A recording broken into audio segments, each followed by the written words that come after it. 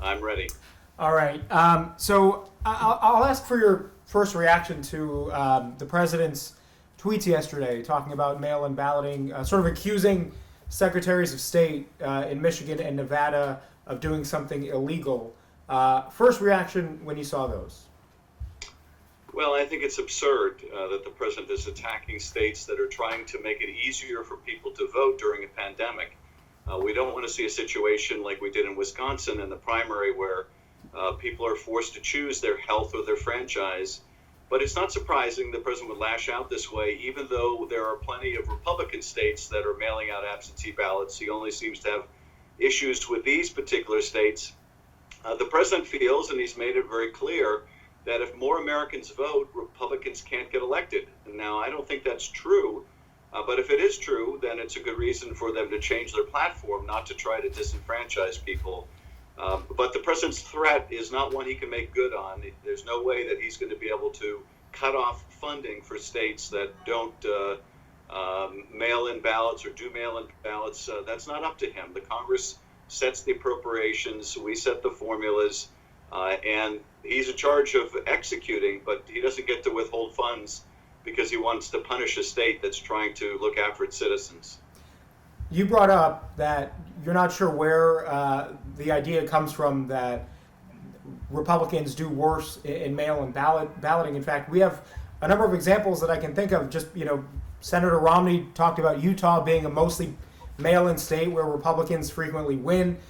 We just saw that special election where Mike Garcia won, and that was a mostly mail-in ballot as well. Are there any statistics, are there any numbers or figures that anybody can point to that shows that mail-in increases voter turnout, which necessarily favors Democrats? Is that statistic out there, available?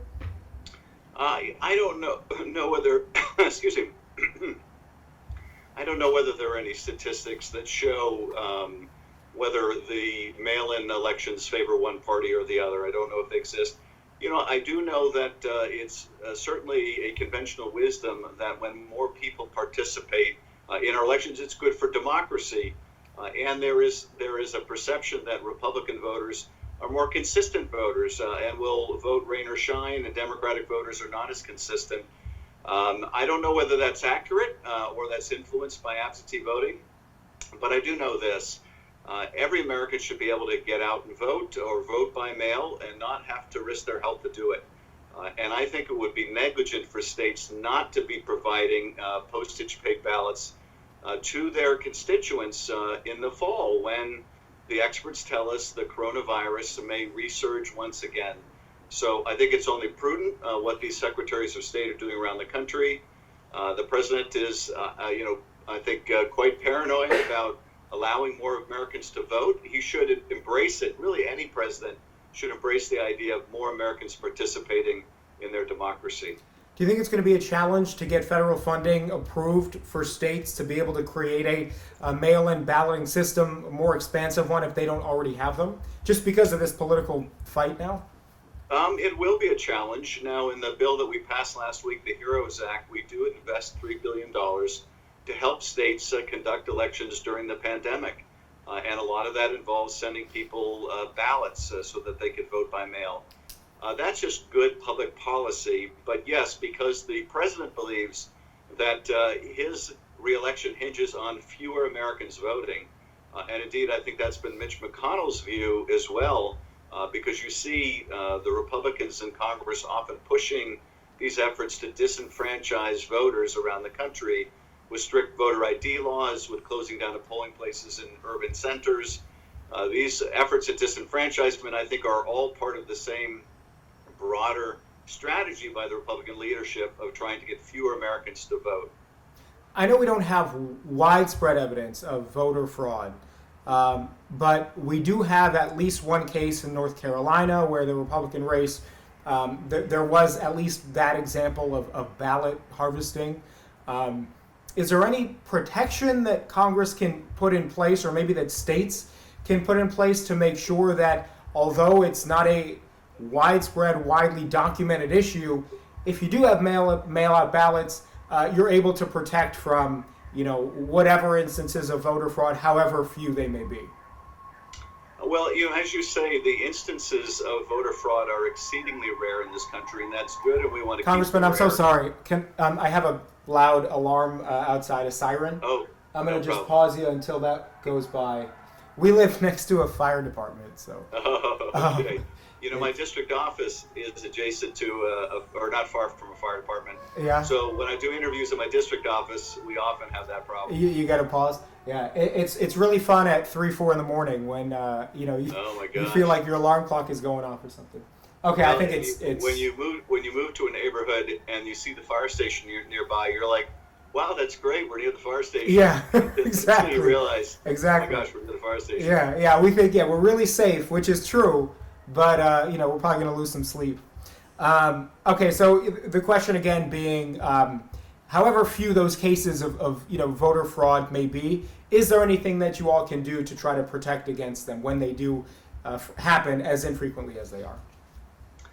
The instances of voter fraud are exceedingly rare in this country, and we want to keep them very rare. We have seen some instances. The most prominent was a Republican effort in North Carolina a couple of years ago involving an effort to harvest absentee ballots and potentially not turn them in. That resulted in a do-over of that election. That is extraordinarily rare. And the most prominent example was what the Republicans did in that state. So states need to take precautions to make sure that kind of thing doesn't go on. The good news is that when it does, and again, it's very, very rare, the culprits are caught, and that the system works. But I think that the answer cannot be we're just not going to let people vote during a pandemic, or we're just going to make it so hard they have to choose whether they get sick. And indeed, in the Wisconsin primary, it's now documented people did get the virus when they went out to vote because they had to stand in long lines. So that cannot persist. And so the answer is send people postage paid ballots, do absentee ballot campaigns, but also scrupulously watch to make sure that nobody engages in any fraud. There's that old, I guess, Washington saying about you're entitled to your opinions, you're not entitled to your own facts.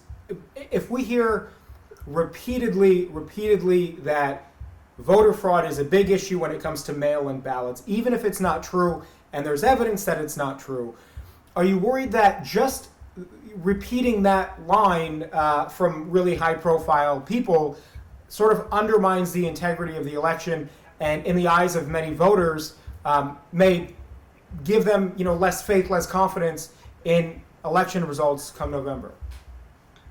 Yes, I'm particularly concerned that the president promoting this false theory that you can't vote by mail without it being fraudulent, or that there's too much fraud in voting by mail. This is a complete falsehood by the president, who himself votes by mail. But the president has a history of falsehoods around elections. Indeed, the election that he won 3.5 years ago, he claimed that millions of undocumented people voted against him. Now, there was no truth to that then. There's no truth to that now. There's no truth to the president's claim that absentee balloting is rife with fraud. These are all false statements designed to promote his election and to discourage people from voting, in particular, discourage states from making it easier for people to vote. And it's really destructive of our democracy. You can certainly see him in an election that he won 3.5 years ago, claiming there was fraud, doing the same thing in an election that he may lose in the fall. And yes, that is a real hazard to our democracy. But it's the problem you have when you have a president lacking a moral compass, that it tends to discredit our very democracy. Yeah, but he has the bully pulpit. I mean, do you go on a messaging campaign that despite what you hear, your election results are fair, your election processes are not tainted in any way? Yes, the antidote to bad information, even when it comes from the President of the United States, is good information. So when the President is out there touting hydroxychloroquine as a cure, or saying he's taking it himself, you need health experts out there to be saying, don't do this, this is not safe or advised for Americans to do. Similarly, when the President is out there making falsehoods about elections, you need to be out there pointing out, no, what the President's saying is simply not true. He knows or should know it's not true, and these are the facts when it comes to voting by mail. Congressman, anything at all that you want to add that we didn't talk about? I would just add, I think that without a doubt, this election coming up in the fall is going to be the most important in my lifetime and probably in the lifetimes of most Americans. So it's going to be absolutely imperative for people to vote and be able to do it safely. Voting by mail is a good way to do it. And there are many states that conduct their elections, about 5 of them that have used almost exclusively vote by mail. So it's a proven, in fact, old technology that works.